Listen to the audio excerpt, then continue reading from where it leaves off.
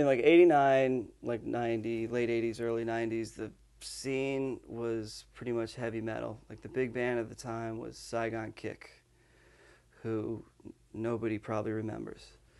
Anyways, that was like, I mean, Jane's Addiction just broke, and then you have like Alice in Chains. You know, Motley Crue was kind of like the end of their thing, but everybody was kind of emulating that sort of a thing. And then then Nine Inch Nails, so you had industrial music, stuff like that. So either you had bands that were trying to be like Nine Inch Nails or like metal, like the Saigon Kick type of thing. And then Manson like started his thing, so he had like the heavy Nine Inch Nails influence and that. And then he was friends with that band Saigon Kick. So that's kind of like how he got started, like with the idea of doing a band, and that was that.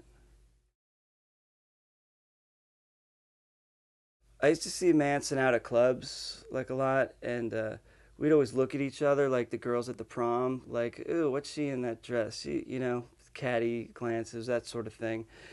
And then I was at a Love and Rockets show, and I got dragged out of there by the cops, like in Hogtied, and he saw that, and so then there was another incident with it again. That band Saigon Kick played, and I like spit in the guy's face. It was a big scene broke out, and so he saw me like at clubs all the time, like getting into trouble and doing all this and that with like crazy hair and makeup and nutty clothes, and so I guess that like attracted him. And then I met him at some club in Miami. I think it was the Kitchen Club, and he came up to me and he says, "Oh, hey, I got this band. You know, I might need a bass player. Would you be into it?"